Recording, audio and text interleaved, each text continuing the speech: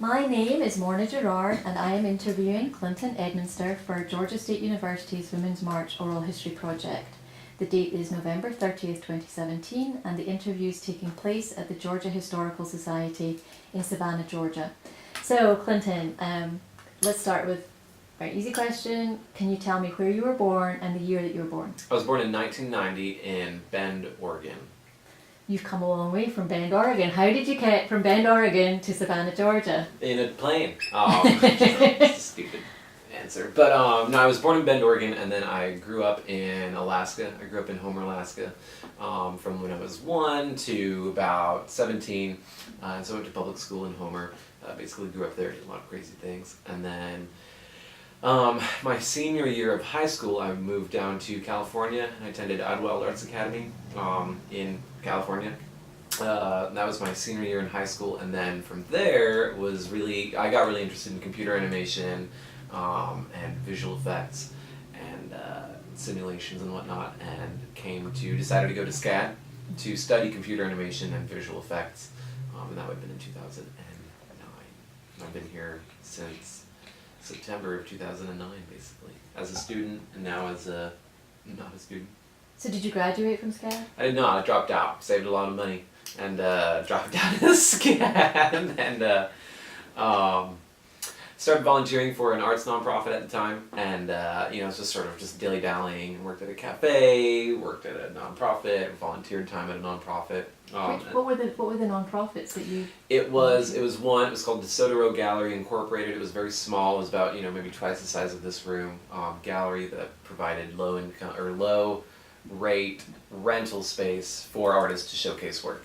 And eventually I took that over, became the executive director, helped rebuild the board, and we changed the name to ArtRight Savannah, which became this very popular, well-known, and fairly impactful arts organization that I recently resigned from in October to focus more on Starlandia and Space Cat Books, which are the two businesses that I own down in the Starland district. Can you tell me about them? Yeah, so Starlandia is a reclaimed art and, what do we call it? Starlandia Reclaimed Creative Supply.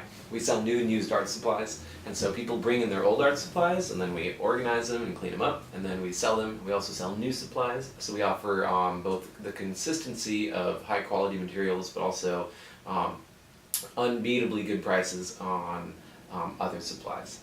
And we've been open for about 2.5, almost 3 years now, and it's the coolest store. It's very, very cool. I need to check it out. That sounds like a great thing to do. It's just so expensive. It's so expensive, and you think about it. So, and this was exactly my position when I was going to SCAD. You take a color theory class, you need a tube of gouache to do a color line, to do one project, but you need a $9 tube of gouache. You need 4 of those tubes. You use literally less than a toothpaste amount on the project, and then you've got this gouache. But you are a sound design major, so you're never going to use gouache again. So Starlandia allows you to bring those supplies back. You get in-store credit. You can use that to get maybe some tracing paper for your next class, and so it just recycles and cycles and cycles, and it's been very cool. What made you think about doing this? I don't know, what it was just sort of like this epiphany in the one day, and I realized very quickly it's one of those ideas that once you have it, it was like, oh crap, I can't not do this. This is a life altering idea. It's literally a light bulb on, and I just had to pursue it. So I just started figuring out how to make that work. I had some savings set aside because when I was much younger and just living in Alaska, my grandpa was a stockbroker in Arizona, and so I was kind of familiar with how stocks worked a little bit, and so I'd taken the small savings that he had started for me, and I invested it all in Apple, and then Apple, of course, became Apple, and so I cashed out all of that and started the store. That's wonderful. It's a crazy little story. Considering you have SCAD here. Oh my god, the whole thing is like, perfect, yeah. So one day there will be a Starlandia in every arts college city in America. That's my plan. Which next city would you like to go to? In a way, I'm not really sure which one specifically, but they'll stay in Georgia. I think kind of the plan is that I would own all the Georgia locations and then franchise out the rest from there. But Athens, Atlanta, probably two, one or two in Atlanta, maybe just one big one, and I just kind of go from there. That's great. I will come to the opening in Atlanta. Please do, it'll be crazy. So, can you tell me what your family's political leanings? Yeah, it was. I would feel like so. My parents grew up in Alaska, and when I started becoming politically aware, I would ask them about all these sort of like historical events, and they weren't really involved because they lived in Alaska, which is it really part of America? I guess. They were either fishing, because I come from a fishing family, so they were doing things, they weren't in marches, they were just not necessarily politically active. I'd say when I was younger they were more conservative, at least I thought they were, and I think my sister and I pushed them a lot to sort of like see things differently, and like me coming out and Morgan just being crazy, they started having more, I'm guessing, like an open-mindedness. But my dad, him and I just loved like getting in arguments or conversations, I guess you could call them, about just everything under the sun, because I enjoy a good banter with him. But I would say, definitely more conservative than not, but pretty neutral, and definitely not radical in any way. Okay. And they still live in Alaska. Mm-hmm. So what are your own personal feelings about politics? Where do you... It's difficult to really put I was talking to somebody about this last night. I almost feel like every day. I just I wouldn't want to say I'm more Republican or Democrat, because the spectrum I feel is no longer really like a simple spectrum that it was or ever really was. Definitely more Democratic, just sort of like broadly, if we're painting some big brush strokes. But that's an interesting question, especially answering that now in this context. I don't know. I think people should have the freedom of choice to do and as they would like. Definitely with some sort of rational considerations about what that means, and that I think I've in the last couple of years had more of I've been thinking a lot about sort of like centralized government and what that can mean. I spent a lot of time thinking about the future ideas, and just thinking about the future, futurology, and sort of thinking about science fiction, what might come to pass. And so I would say that I'm for a political leaning that considers, trying to make the future a better place, and not necessarily for short-term success, but more for long-term success. And from what I've seen, a lot of that seems to be more of a Democratic side. Yeah. So Long answer. now, apart from your parents, who you say were not politically active, any other family members who have been?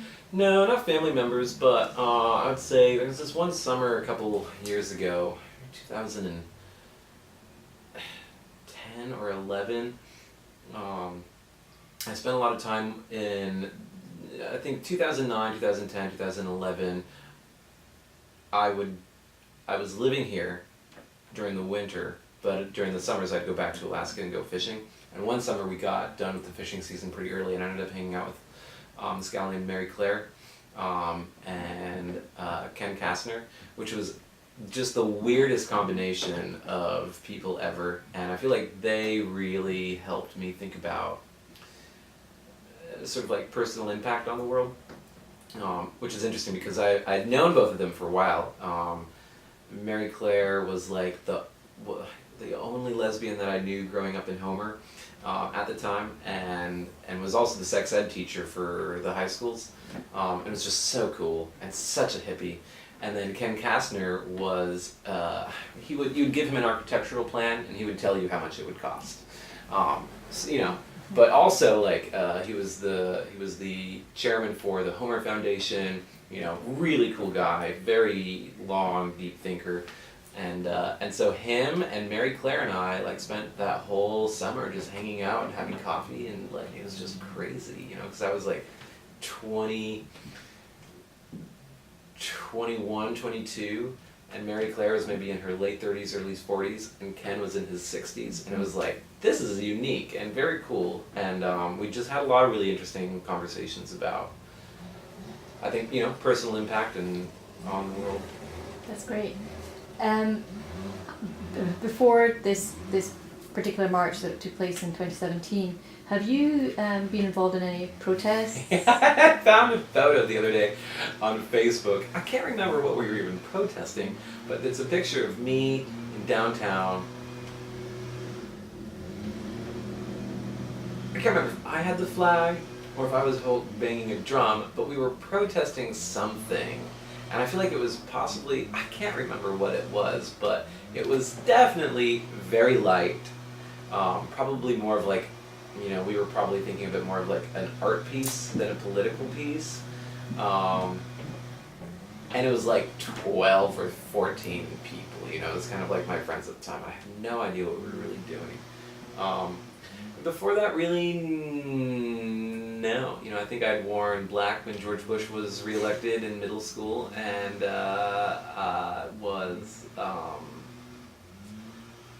no. I think it's pretty common. Like most people were not that active before all of this took place. Yeah. So first of all, tell me what made you decide to actually go to the march? Coco Pappy had asked me, and Coco and I have been working with a group called Emergent Savannah for the last 2 years, I would say, year and a half. Can you tell me about this group? Emergent Savannah is a civic.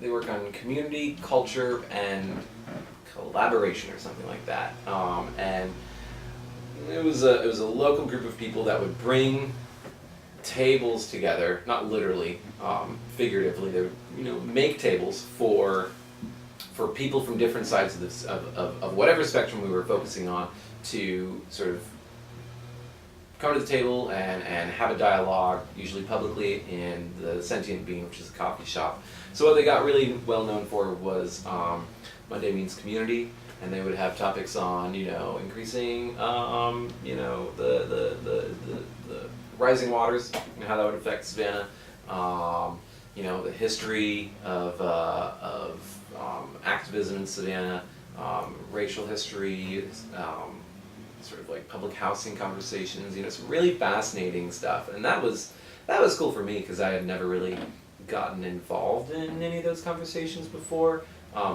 But I was at the time known for being able to organize things and had access to chairs and whatnot. So kind of got roped in. And that was, I don't even remember when that started, but it was before Trump was elected, for sure. I think we were doing stuff for about a year at least, probably over a year before then. So Coco got in touch with you. Yeah, what was the question? So Coco got in. Okay, so that was how I met Coco. Okay. And Courtney Pappy, and so she hit me up after the election. We were all sort of like, just completely confused. And she was like, "Do you want to go to this women's march?" And I knew very little about it. And I think I just agreed, and I put the date on my phone, and that was all. And then I kind of forgot about it until 3-4 days before, and she was like, "Do you want to go?" And I was like, "Sure." I had time. I changed the schedule at Starlandia. It wasn't a big preparation up until literally about 48 hours before I was going, and that's when I was like, "Oh, this is actually going to be." Never been to Washington, D.C., never been to a big protest. Of course, none of us, I feel, really knew kind of what the scale of it was going to be like. I'd never been to anything like that, but I just knew it was going to be pretty interesting, and that I wanted to I've been thinking about it, and I realized I wanted to not. It was the Women's March. I don't identify as a woman, so I didn't want to necessarily. So what I really wanted to do it wasn't that I didn't want to do anything. What I really wanted to focus on was recording the women of Savannah there. And I wasn't aware of anybody else doing that. So I got all my camera stuff ready, and I was, I bought all some last minute batteries on Amazon to make sure I'd have some room, and got some compression socks because I realized I'd be walking around all day, and that was a great idea. Yeah. So before we get to the march, I want to go back to the night of the election. Can you talk me through your experiences that night? I was at the time. So Molly Lieberman is another good friend of mine, and we on Sunday mornings go to IHOP every Sunday, which is fairly unique for us because we usually, I go to like local restaurants. But on Sunday mornings we go to IHOP, and we call it executive brunch. And it started out with me and Coco and Molly, because we were all executives of, Molly's the executive of Loop It Up Savannah, Coco was the executive of Emergent Savannah, and I was the executive director for Art Right Savannah. So we would go and have executive brunch and just like talk about relationships and life and how crazy it is doing stuff in the city. And I remember the one before the election, because I was about to leave the next day for Tucson to go see my parents or my cousin, or I can't remember what. I think my grandma's birthday. It was my grandma's birthday. And Molly was like, "Do you think Trump could really win?" And I was like, "Never." Just kept eating eggs because it was just such a non-possibility for me. But then, so I ended up being in Tucson, and that day sort of starts, and it was just so unbelievable because we were all sitting in my grandma's house, and it was like me and my cousin Amber and Tanner, her brother. And it was interesting because I wasn't with my usual group of people. I was with like my cousins who I've known for years, but I don't hang out with them all the time. And they're all, really democratic as well. And it was just so strange. It's just such an unbelievable weirdness. It's the only way I can describe it, And I think I was just like, went to bed, I was like, this is just weird, Because I wasn't even really that sad. I just was kind of in a bit of shock, and I was like, what? It just seemed so unbelievable.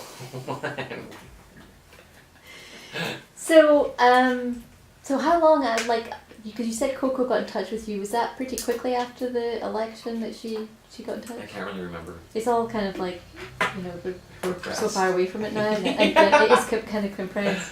So a couple of days before you're getting ready, what was your expectation? What did you think the march would look like? How many people did you think would be there? I remember thinking very much that we would be moving, which ended up not happening, but I remember very much that we would be, marching around DC. I'd never been to DC before, so I had no idea sort of the layout of it. I still don't, except for, just a little bit now, basically. I remember we would be, there would be a lot of people marching, and other than that, I was kind of like, what I was kind of preparing to do was not necessarily be in the middle, but kind of bouncing around a lot. And I knew that there was gonna be like probably like the Savannah Padre would be, or group, whatever, compadre would be here, and I would sort of be bouncing around, sometimes with them, but more taking pictures of them. That was basically all, I don't think I wasn't, not like mentally gearing up for anything. Just tried to have a good pair of clothing and all my camera batteries charged. How many cameras did you take? I had two. I had two, including my phone. Were you concerned that with all there would be a lot of people that they would get damaged or stolen or anything like that? Not really. Maybe a little bit, but I was, I remember, I was preparing, I had this big backpack with all my gear, and then Coco was like, "You can only bring something like the size of 2 onions," and I was like, well, shit. So I found something smaller, and I jammed them all in there, and so that, so I couldn't take some of this equipment, some of that. Oh, what I did Oh, this was interesting. So I was planning at Starlandia. Facebook Live had come out only a couple months previously, and Facebook was really pushing that. And so at Starlandia, we had done these shows called Starlandia Live, and I would invite somebody every Monday at 10 a.m., somebody different, to the store, and I would interview them, interview style. And we had this microphone, and Starlandia Live, and I found this piece of software where like it looked really legit, and it was cool. It was very popular, and it got a lot of shares and Facebook hits. People loved it. And so my idea was that I would go there and watch Starlandia and do Starlandia Live at the Women's March, and then I quickly realized that there's no bandwidth at all. No. So I don't want to forget this, but one of my favorite parts. So I'm kind of like a technology freak. I just think it's interesting. We live in such a magical world. At the end of the march, and we were all sort of dispersing. I remember passing sort of the bottom of Capitol Hill, and we were walking up to get food, and there was the largest mobile antenna I'd ever seen, and it was literally on the back of, it was like it was an AT&T piece of equipment, and they had set it up, I have no doubt, for taking care of a million phone calls. And it was just the most insane looking tactical piece of communications equipment I'd ever seen, and it was probably the size of the square footage of this, or not square footage, but the footprint of this building, with the temporary fence, its own generator, and this enormous device that had sort of lifted up and had these huge, they were the size of this room, these huge antennas pointed in 8 different directions. And it looked like something from a Stanley Kubrick film, and it was just it's just pumping out, massive data and receiving it as well. And it was that was, for me, I'd never seen anything like that.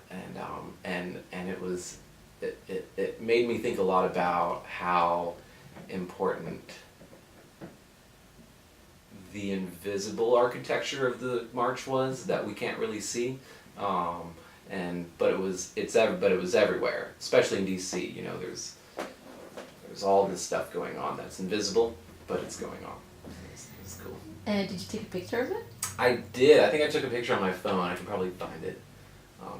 When we get done, I want to see it. I mean, and it probably doesn't look that spectacular on the phone, but I just remember being there are a million people here. How do you, and it's such an interesting question, especially just technology has come so far so quickly.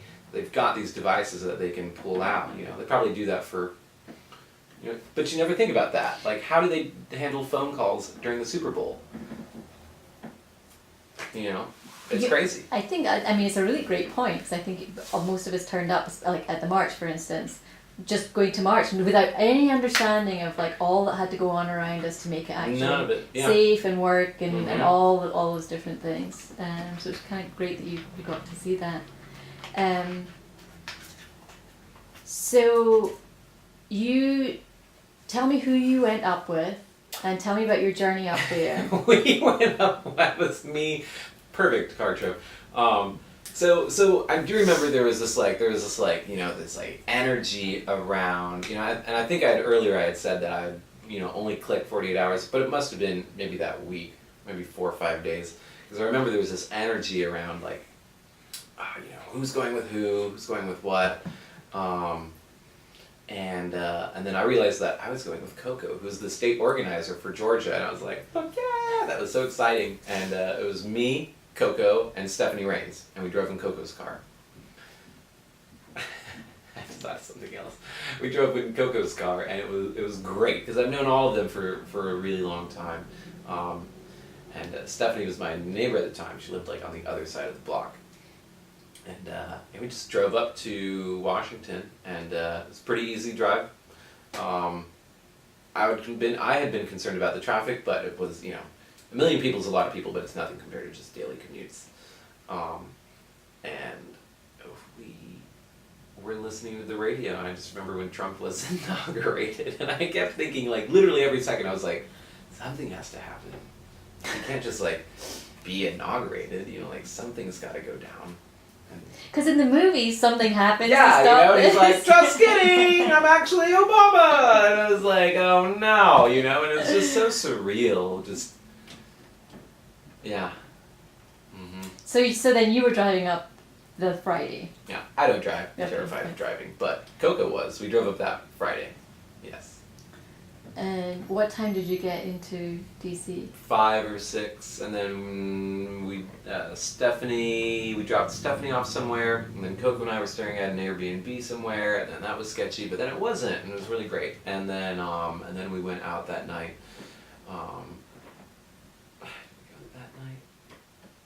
Yeah, we went out that night too, and DC just felt weird.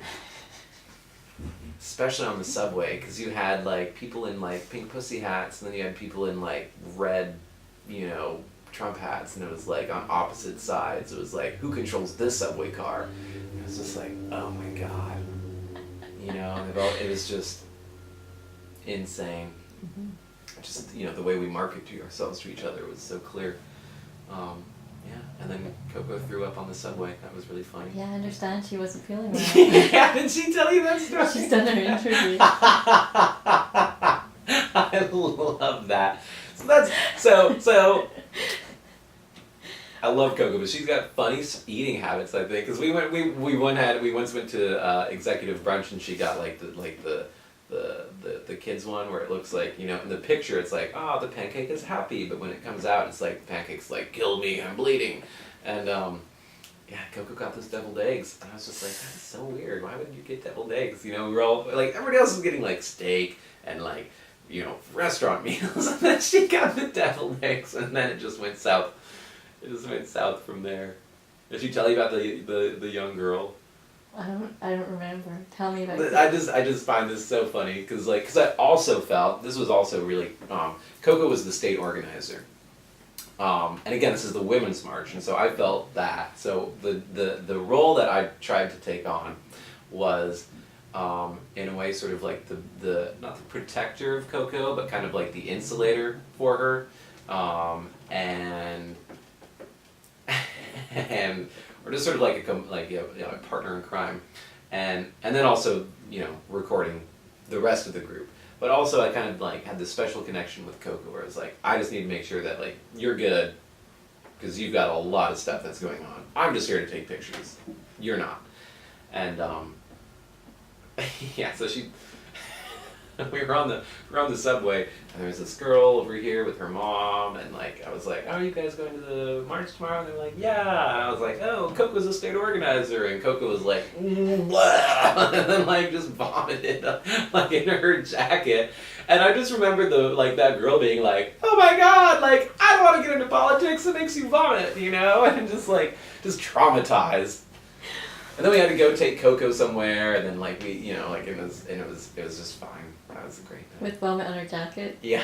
Nice. And like, she's so funny. It was a hoot. So, the day of the march, tell me about your journey into the rally. We got ready for the day. I put all my stuff together. I just remember being so concerned about batteries. It was fine. And battery anxiety was very real.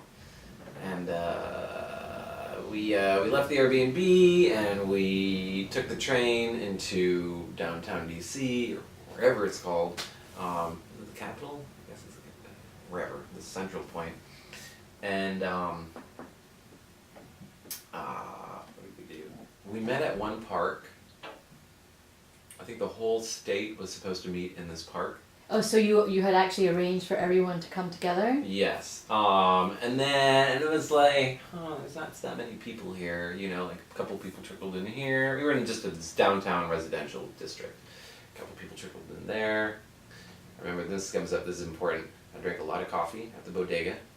And it's a key. And then, and not that many people were coming, and I was kind of like, all right, I guess like I have no idea where we're going or where we are or where anybody else is. I'm just literally following people taking pictures. Start taking pictures. People show up, we've got all our signs, and so we're like, all right, I guess we should just go. And so then we just started marching to, or walking to the grounds, I guess, and it was, that's when I was like, so we start walking down one alley, and then we come to the intersection, and there's like 3 other groups, and I was like, oh wow, there's some people, and then like you do that again, and like your now much larger group runs into like 3 other really large groups, and then I was like, holy moly. And then that kept happening like over and over and over again, and and all of a sudden it was like, buds, there's a lot of people here, and then it was just like kind of overwhelming for the next like couple of, I'd say for the next like good like half hour. I was like, wow, I've never been in DC. This is beautiful, and all of a sudden and then there's the Capitol, and I was like, what? That's awesome, and then but I was just literally running circles around the group, taking pictures and trying to get ahead so I could get a nice shot. And, You took some really great pictures. Before I go further, do you have you must have some training, some photography training? A little bit, yeah. I did like cinematography and I did some cinematography in high school. Not necessarily photography, but video and film, and we were all, we would always look at sort of like setup, how do you tell a story with your composition, and it was really fun because I started, I already knew it was going to be pretty important, and I just thought it would be kind of cool, like just take as many good pictures and not just document it, but also like tell a story in every picture, and honestly, it just means taking a lot of photos, but having a bit of an eye for it. Not just like, oh, it's a picture. Oh, it's a picture, Well, there were some really good angles and stuff. I would like jump up on very, people's very cool. bushes and shrubs, and it's fun. So still, how many pictures did you take, and how many of them have you, because you gave me 80-something pictures, how many did you actually take? I probably took maybe like 400 or 500 different photos, but a lot of those, like if I'm taking a picture, I'll probably try to take like 4 or 5 pictures of that picture, and so you're getting the ones with all of them there. But yeah, bunch of pictures, and then so I took a lot of pictures, not as many as I thought I was going to. I don't know why. I think I took a decent amount, but whatever. There's a lot of quality anyway. Yeah. So you guys, you go down to the rally area. Where we were, I never realized. I guess I'll bring that up later. But I didn't know really where we were, And then all of a sudden we were just like surrounded by people, and we were at the museum. I can't remember what it is. The Native American Museum? Yes, yeah. The Native American Museum, which is beautiful, and that's where we kind of gathered. For a long time. Sure that nobody's, okay, good. That's where we gathered for a long time, and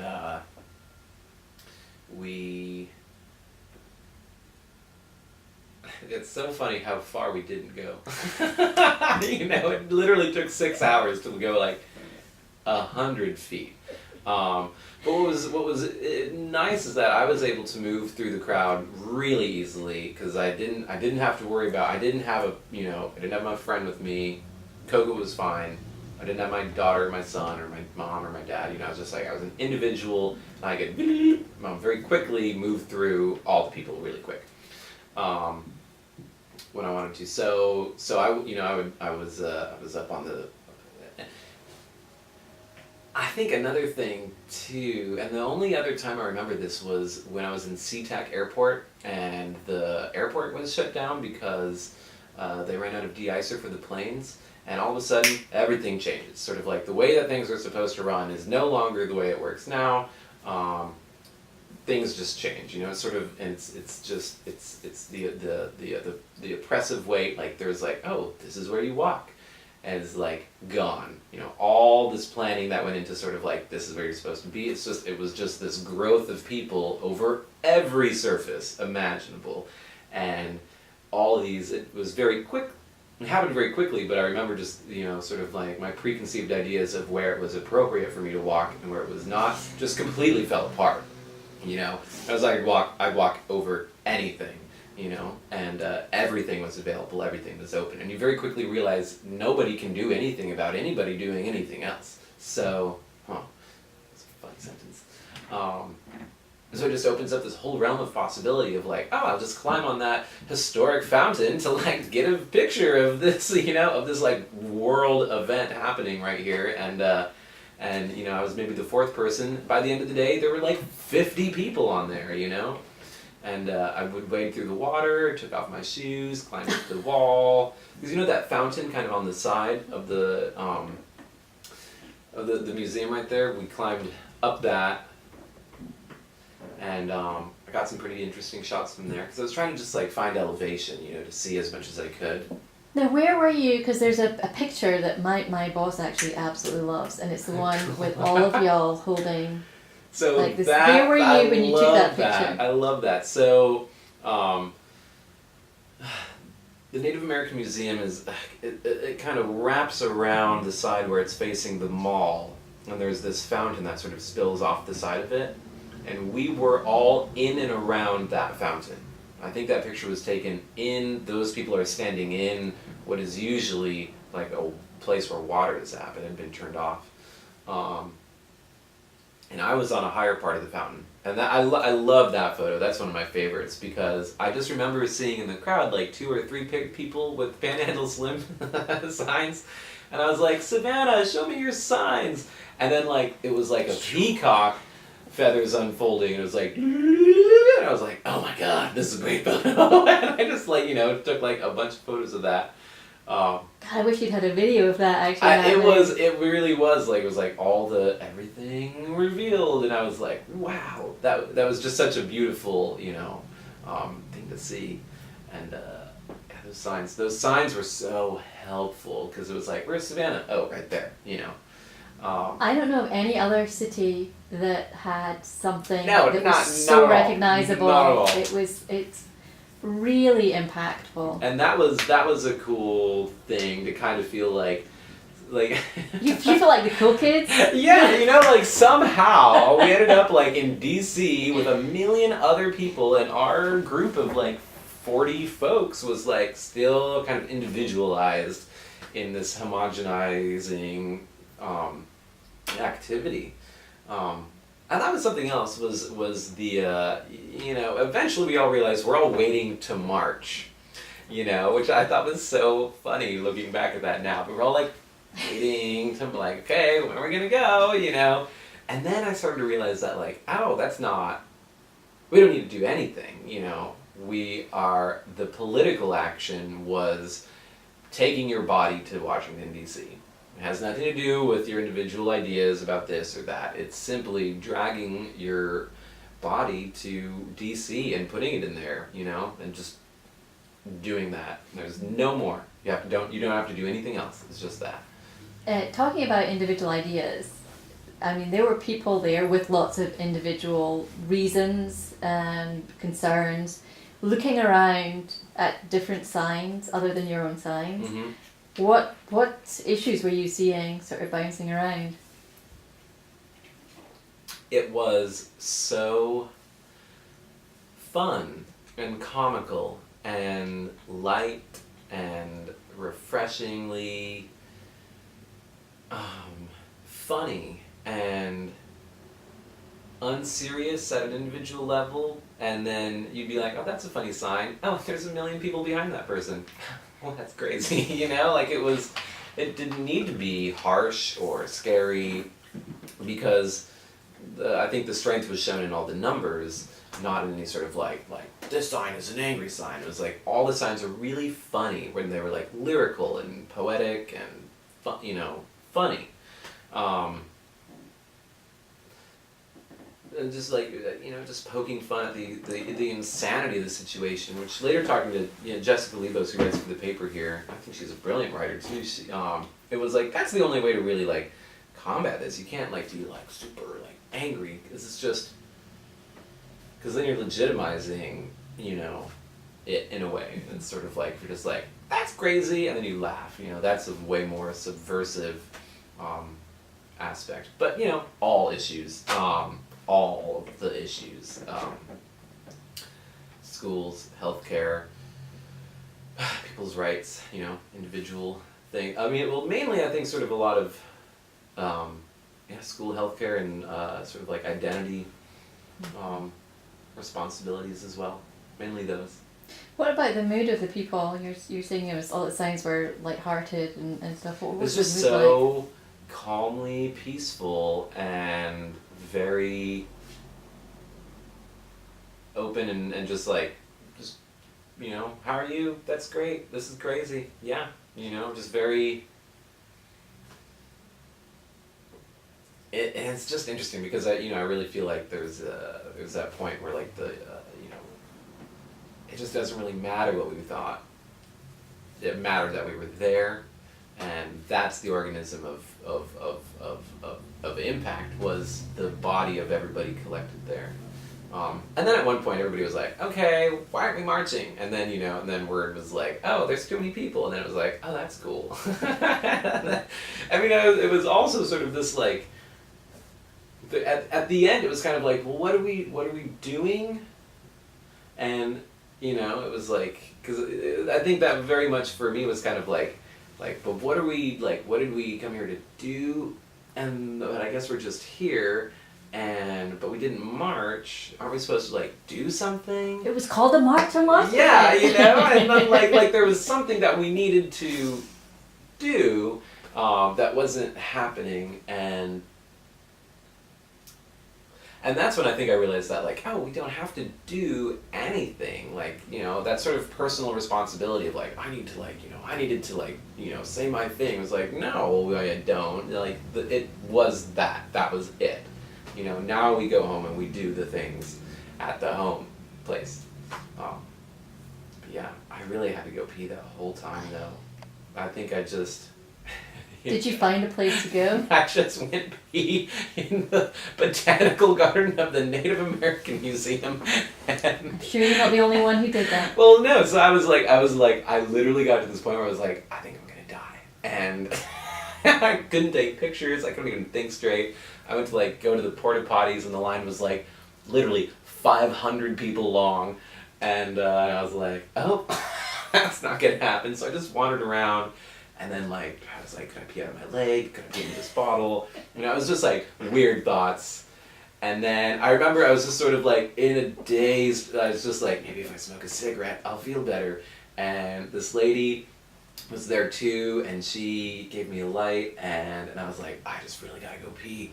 She was like, oh, just go pee. I was like, okay. And I just needed one person to be like, it's fine. And I was like, okay, thank you. And I just turned around and went pee, and there was 30 bajillion people, and then I just felt so great. And that's when I climbed up a tree after that, and I climbed 30 feet up into this tree, and that was the highest point that I got the whole day. And that's when I was like, oh my God, there's so many people here, and I did this panoramic photo. It was insane. I don't think I'll ever see that many people in one space again. But then I remember, the next day when some of the aerial photos came out, that what I thought was all of the people was a 20th of the actual march. And it took so long for it to set in as to the scale. Yeah. And you just get to this point where you're 20,000, 500,000, a million. What does it even mean at that point? I think some of these aerial photographs showed the value of the pussy hats. yeah. That sea of it's pink. just a sea of pink. A sea of pink. What did you think of the pussy hats? Can I go to the bathroom real quick? Absolutely. Here we go. What was your question? It was about the pussy hats? So, what did you think about the pussy hats? I thought it was fantastically clever. I think every good, somebody did a good job of thinking about a visually effective tool that was easy to make. And so I think I thought the pussy hats were incredible in a couple of different ways. A, you didn't need to buy them, you could just make them so easily. There were a fibers thing, which I think is historically just really kind of beautiful. Is that sort of, traditionally a women's thing, and now it's this activism piece. They were pink, which shows up well, and they were on your head, which shows up well. You know, like pussy shoes would have been ineffective, still funny, but pussy hats were so much better, just from the whole geometry of, you know, of something like that. Even a button would have shown up from an aerial shot.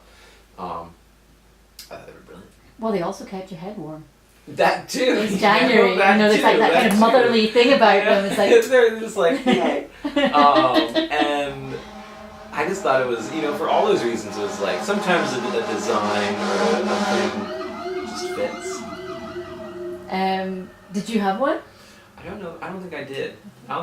There was the part of me wanted to sort of be like there, but also a little bit sort of like removed from it a bit. I don't really know why. Well, probably just so I could like move around a bit, and just sort of like at least psychologically for myself, to like sort of.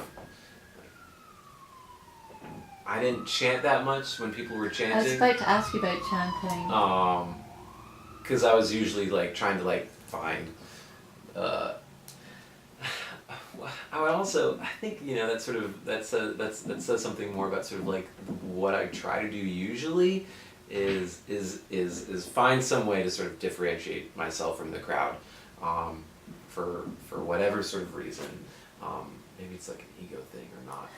I don't know, but for whatever reason, I try to differentiate myself from the crowd, and so sort of identifying as like a photographer who's there to record the event gave me something to do the entire time, which was really handy, because there were some parts where it was like, okay, why are we marching, you know, and also I think produced something that was helpful at the end. Well, and sometimes men like something practical to do to help. Yes. And this is like you supporting women with a very, very creative, practical, long-term thing and that, yes. that you are good at doing. Yes. And that this is like, you know, no, it's a great practical. This is something that real I could way do. to help. I could bring back to Savannah. It Yeah. could be, you know, like, and it would. Other people, when I've been doing projects before, I did a couple different art projects, like, you know, years before, and I remember I was so involved with them that I never took any photos. And I remember later, you know, my friend showed me all these photos that he'd taken of me doing these processes on this artwork, and I had never even realized he was taking the photos, and it was so special for me to see those, that, you know, I wanted to like be able to pass that on to somebody else as well. Well, now, so, and it was a women's march, but you are a gay man. Surely there are things that you're concerned about with this government. Yes, absolutely. But not as severely. I don't know. I never really felt personally persecuted, either from like Trump's campaign or his administration, or just historically. I've always sort of been like, all right, you know, even if I never really felt that way. And so I wasn't there either, like as a gay man activating whatever. I kind of just wanted to be. I mean, I've been gay, I guess, all my life, but I've never felt like I was like a gay man first. I was always like something else, you know. And I've always tried to. It's just. And I think it's that's a part very of me, but it's not what I put forward all the time. Yeah, I think that's much more your generation that tends to be the case. Sometimes. Some might. Well, we'll see. Might have done it differently. You said you didn't chant, but did you pay attention to some of the chants going on around you?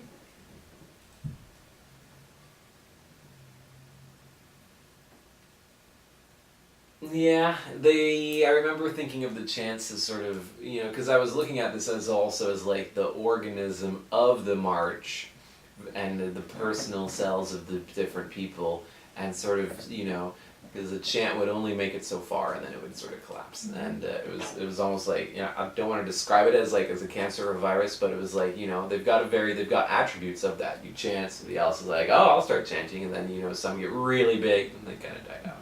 and it was so interesting looking at sort of the crowd patterns. You know, the other side of this whole thing that I found fascinating was like, what happens when you put 1 million people together?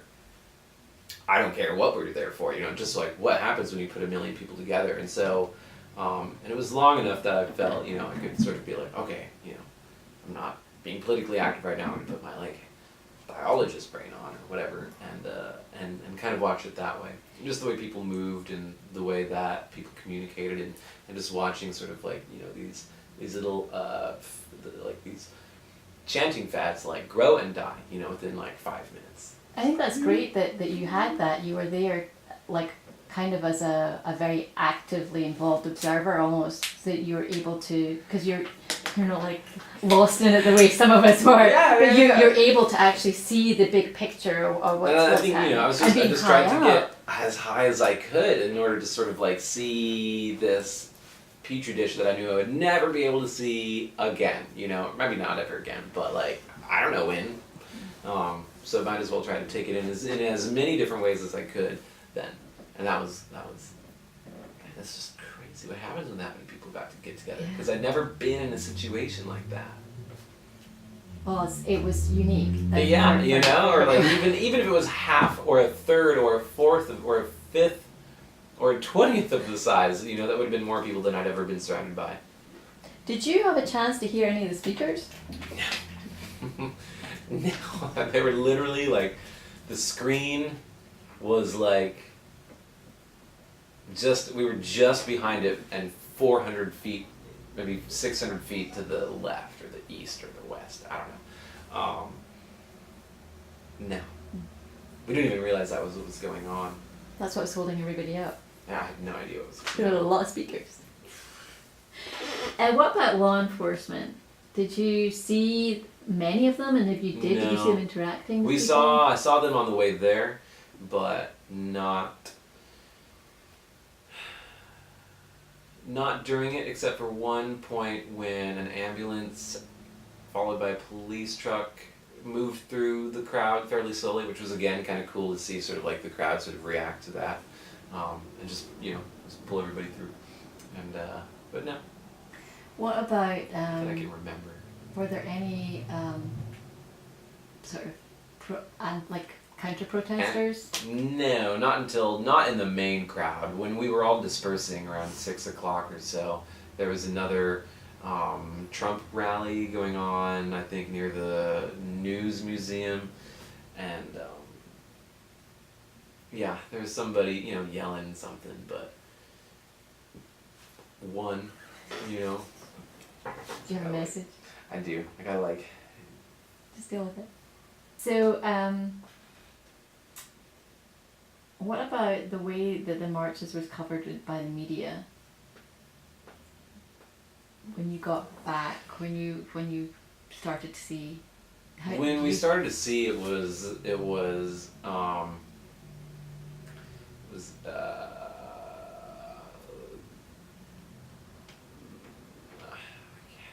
think. I just remember being so shocked by all the other, you know, and very quickly it was summed up that like, oh, we are, this is the largest protest ever, so that's cool.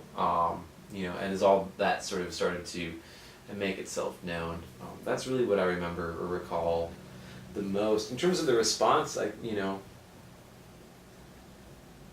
I remember there was a lot of discussion about the numbers at the inauguration versus the numbers at the march, and how this was like, you know, I think not far off of what I had been thinking the whole time. You know, as soon as we sort of got there, was that like,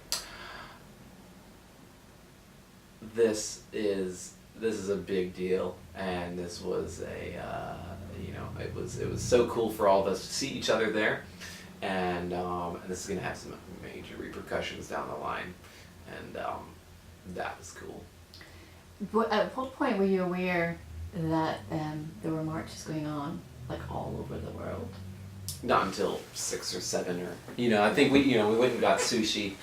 I don't know how we found food, but I'm so glad we did. That was literally the best food of my life. Was we just went to this little China restaurant upstairs and ate everything. That was great. And Did your compression socks help? I think so. That was a long. So did you get to march at all? Kind of. We went like, because then everybody started moving that way, and then it was like, but wait, there's another march, and I was just like, all right, we already got here. We already did the thing we needed to do. You know, I think we fairly quickly realized that, and then it became this sort of weird, like post-apocalyptic, like we're all just wandering around, you know, and nobody knows what's going on. We just, you know, and it was in the mall, which is weird because it's so open, and it was like gray out, and that was pretty crazy. So you left the actual body of the march around, did you say 6 o'clock-ish, do you think? Maybe 4 or 5. Okay. And then did you stay the night? Sorry. That's okay. Did you stay the night in DC? Yes, we stayed that night. Not in DC, but you know, I think we commuted back, and then we might have stayed.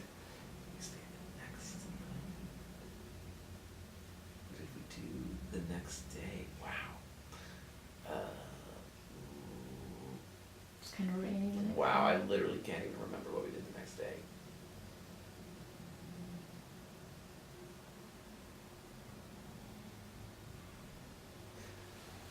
Isn't that wild? Yeah, that's crazy. I can't really remember what we did the next day. It was like, I can't remember if we went back to Savannah.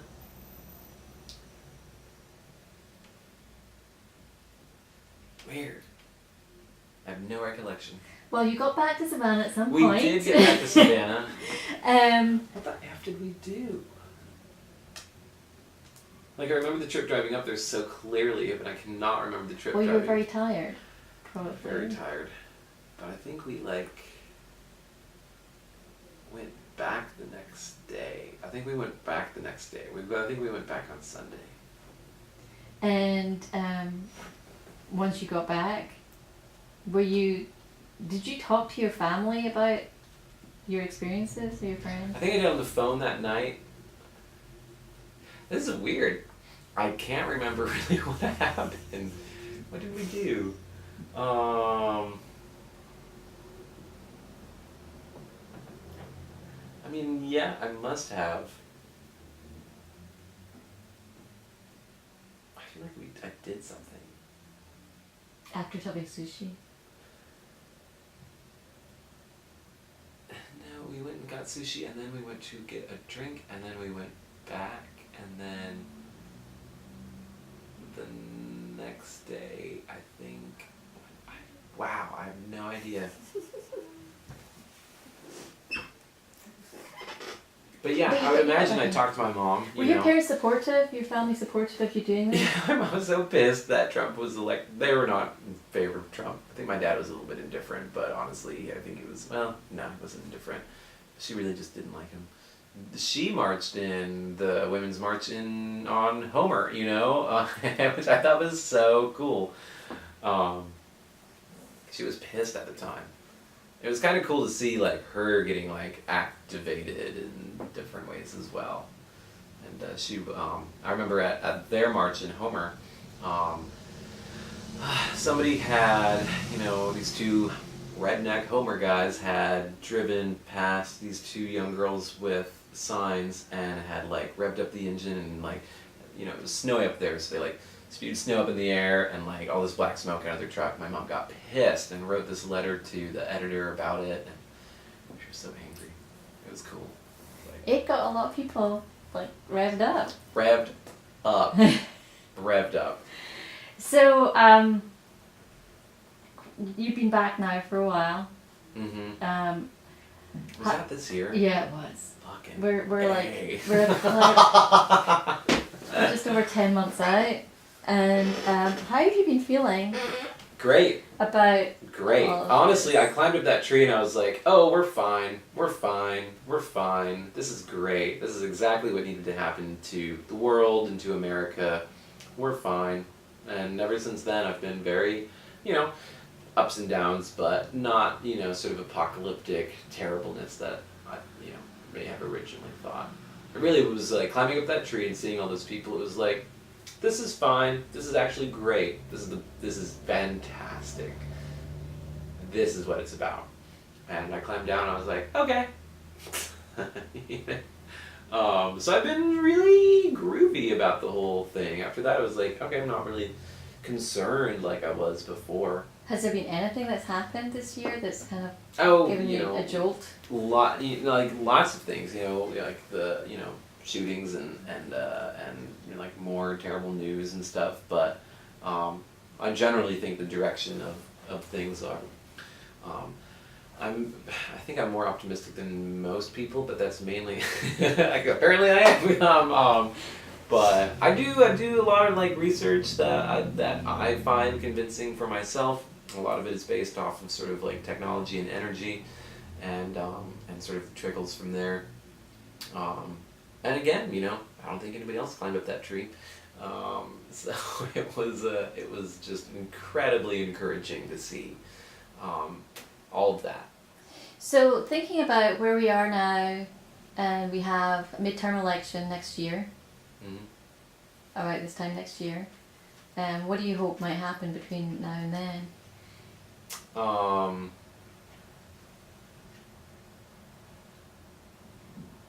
a lot of things. That's an interesting question. What do I hope would happen between now and then? I think more people prepare for running in elections. More people just educate themselves on how their local government works. I think I would like to see 50% of Americans joining the neighborhood association that they're in. That'd be fantastic. I'm very keen on neighborhood associations. I think it's great. Yeah, local is very important. Local's key, and that's what I realized. Like up in the tree, it was just sort of like this is good. It's all local. This is fine. This is good. This is who's in charge. This is fine. Yeah, every one of those people are somehow involved in their local. Yeah. Do you have any fears at all within the next year? Yeah, but it's more about like artificial intelligence and whatnot, and not about something like. I think we'll be fine. People aren't like, but I mean, no. Good for you. I mean, like, I guess I could be concerned, but I'm more like really quite optimistic about everything, and like more just I'm not really scared for things. Just because I think the worse it gets, the better it will go faster.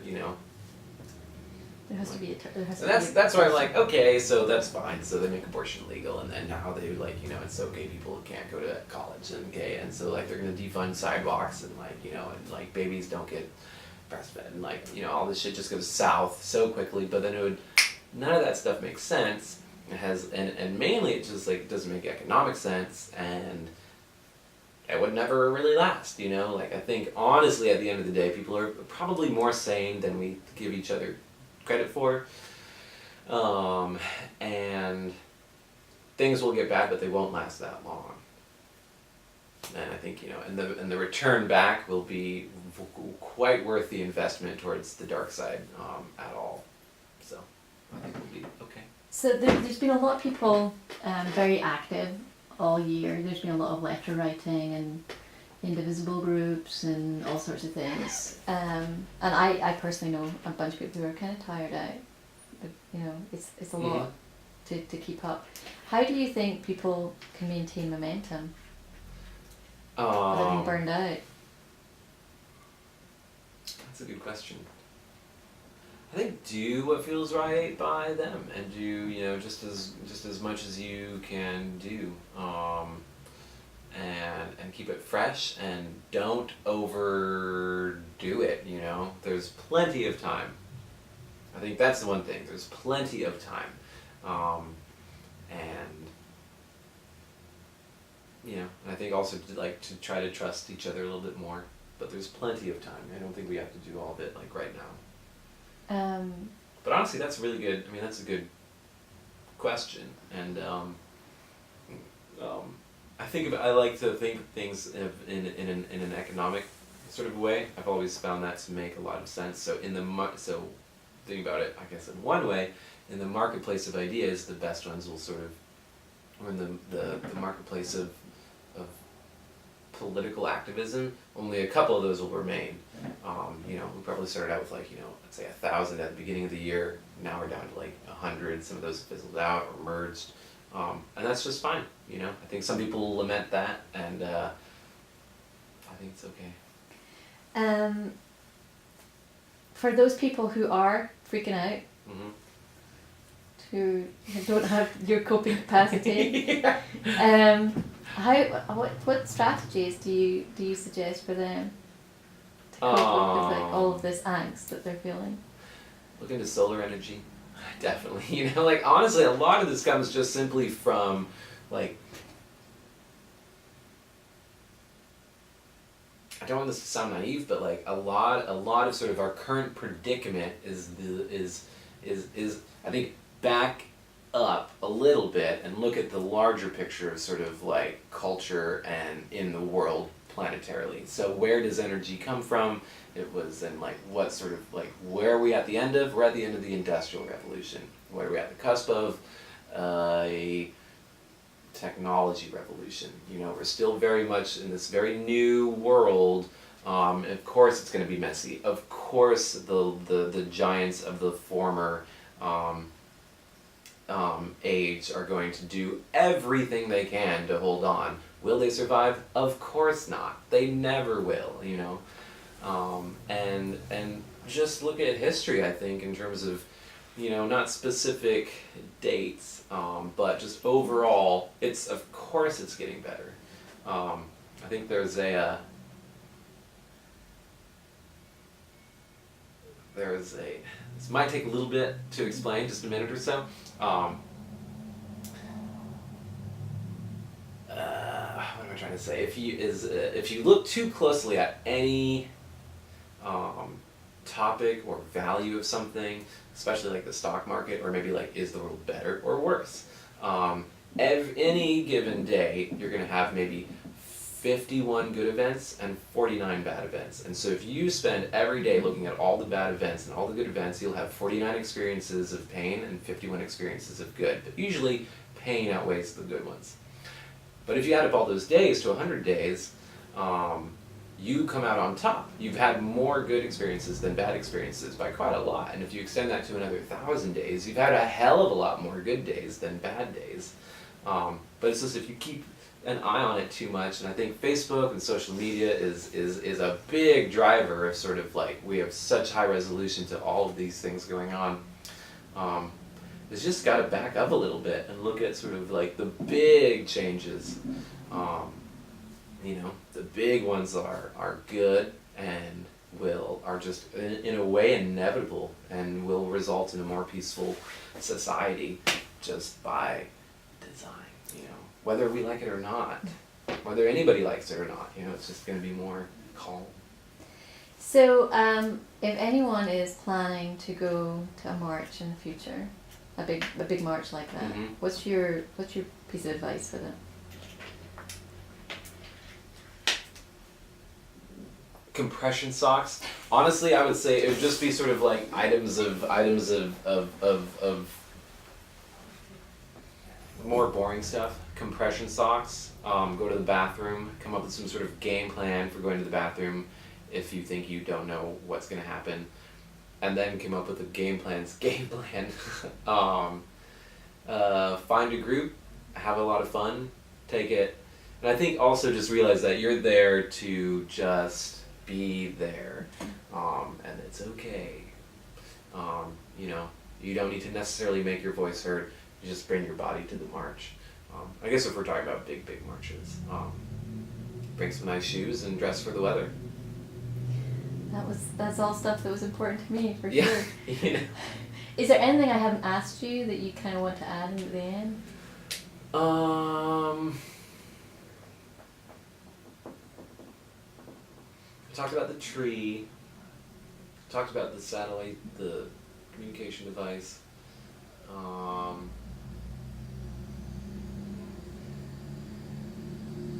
Scale a bit.